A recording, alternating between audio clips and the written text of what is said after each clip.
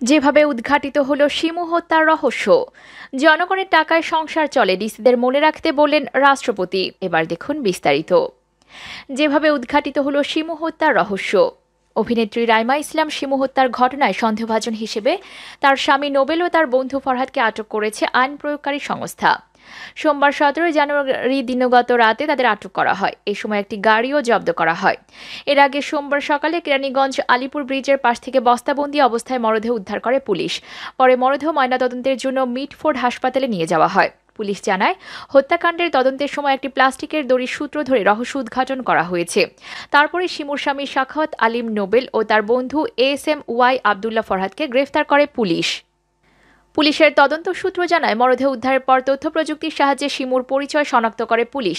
এরপর ঘটনাস্থল থেকে আলামত সংগ্রহ করে ও শিমুর বাসায় গিয়ে তথ্য প্রমাণ সংগ্রহ করে। এ সময় একটি প্লাস্টিকের দড়ির সূত্র ধরে উদ্ঘাটিত হয় হত্যার মূল রহস্য। সূত্র জানায়, লাশ গুম করতে বস্তা দুটি যে প্লাস্টিকের দড়ি দিয়ে সেলাই করা হয়েছিল, সেই দড়ির হুবহু এক বান্ডিল শিমুর স্বামী নোবেলের গাড়িতে পাওয়া যায়। দুর্গন্ধ দূর করতে ব্লিচিং পাউডার ছিটিয়ে গাড়িটি ধোয়া হয়।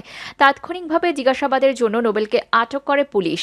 কেরানীগঞ্জ মডেল থানার জিজ্ঞাসাবাদের পর নোবেল ও তার বন্ধু ফরহাদের হত্যাকাণ্ডের কথা স্বীকার করেন থানায়। শিমুর স্বামী জানান, পারিবারিক কলহের জেরে তিনি শিমুকে গলা টিপে হত্যা করেছেন। সকাল 7-8টার দিকে তিনি শিমুকে হত্যা করেন। এরপর ফরহাদকে মুঠোফোনে কল করে ডেকে নেন। পরে ফরহাদ ও নোবেল বাইরে থেকে বস্তা এনে শিমুর লাশ লম্বালম্বিভাবে দুটি পাটের বস্তায় ভরে প্লাস্টিকের দড়ি দিয়ে সেলাই করেন। এরপর বাড়ির দারোয়ানকে নাশতা আনতে বাইরে পাঠিয়ে নিজের ব্যক্তিগত গাড়ির পেছনে আসনে শিমুর লাশ নিয়ে বেরিয়ে যান। প্রথমে নোবেল ও ফরহাদ লাশ নিয়ে মিরপুরের দিকে যান, কিন্তু সেখানে লাশ গুম করতে না পেরে আবার বাসায় ফেরেন। পরে ওই দিন সন্ধ্যায় আবার তারা লাশ গুম করতে রাজধানী মোহাম্মদপুর বসিলা ব্রিজ হয়ে কেরানীগঞ্জ মডেল থানার হজরতপুর ইউনিয়নের দিকে যান। সেখানে রাত 9:30টার দিকে কদমতলী এলাকার আলিপুর ব্রিজের 300 গজ দূরে সড়কের পাশে ঝোপের ভেতর ফেলে দেন লাশটি। পুলিশ জানায়, অভিনেত্রী শিমুর স্বামী নোবেল ও তার বন্ধু ফরহাদকে গ্রেফতার করা হয়েছে। তারা দুজনে মাদকাসক্ত ও বেকার। এদিকে জনগণের টাকায় সংসার চলে, ডিসিদের মনে রাখতে বললেন রাষ্ট্রপতি। সংস্কৃতি গড়ে তোলার জন্য বিভাগীয় কমিশনার এবং জেলা প্রশাসকদের নির্দেশ দিয়েছেন রাষ্ট্রপতি মোহাম্মদ আব্দুল হামিদ। সন্ধ্যায় রাজধানীর ওসমানী স্মৃতি মিলনায়তনে বহুল প্রতীক্ষিত 3 দিন ব্যাপী বার্ষিক ডিসি সম্মেলন 2022 অনুষ্ঠানে বঙ্গভবন থেকে ভার্চুয়ালি যোগ দিয়ে তিনি এই নির্দেশ দেন। রাষ্ট্রপতি হামিদ বলেন, দুর্নীতি উন্নয়নের সবচেয়ে বড় অন্তরায়। দুর্নীতির কারণে টেকসই উন্নয়ন বাধাগ্রস্ত হচ্ছে। তাই মাঠ প্রশাসনের প্রতিটি স্তরে স্বচ্ছতা ও জবাবদিহিতার সংস্কৃতি গড়ে তুলতে হবে। প্রাণঘাতী কোভিড-19 ভাইরাসের কারণে গত 2 বছর মন্ত্রিপরিষদ বিভাগ ডিসি সম্মেলন আয়োজন করেনি।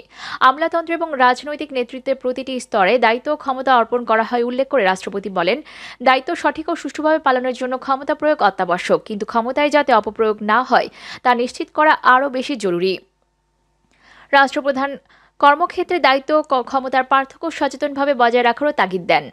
ডিসিদের উদ্দেশ্যে আব্দুল হামিদ বলেন, মাঠ পর্যায়ে প্রশাসনে বিরাজমান চ্যালেঞ্জ মোকাবেলা এবং নাগরিক সেবা প্রদানের ক্ষেত্রে গৃহীত কার্যক্রম সম্পর্কে আলোচনার জন্য জেলা প্রশাসক সম্মেলন একটি গুরুত্বপূর্ণ ফোরাম।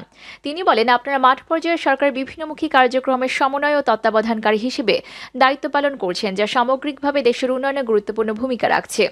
রাষ্ট্রপতি জনগণের সেবক হিসেবে দেশ ও জনগণের স্বার্থকে সবার ঊর্ধ্বে স্থান দেওয়ার উপদেশ দিয়ে ডিসিদের উদ্দেশ্যে বলেন, আমরাও আপনারা জনগণের সেবক, তাই জনগণের সেবক হিসেবে নিজেদের দায়িত্ব পালন করবেন।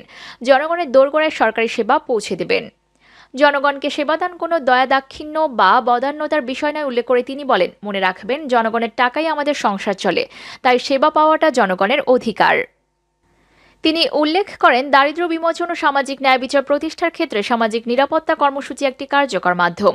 এসব কর্মসূচির মাধ্যমে দেশের দরিদ্র মানুষের মৌলিক চাহিদা পূরণ, সামাজিক সুরক্ষা এবং জনগণের বিশেষ করে নারীর ক্ষমতায়ন নিশ্চিত করার ক্ষেত্রে ডিসিদেরকে কার্যকর নেতৃত্ব প্রদান করতে হবে। রাষ্ট্রপতি বলেন, প্রকৃত দরিদ্ররা যেন এই কর্মসূচির সুফল ভোগ করতে পারে সে বিষয়ে জেলা প্রশাসকদেরকে সচেষ্ট হতে হবে।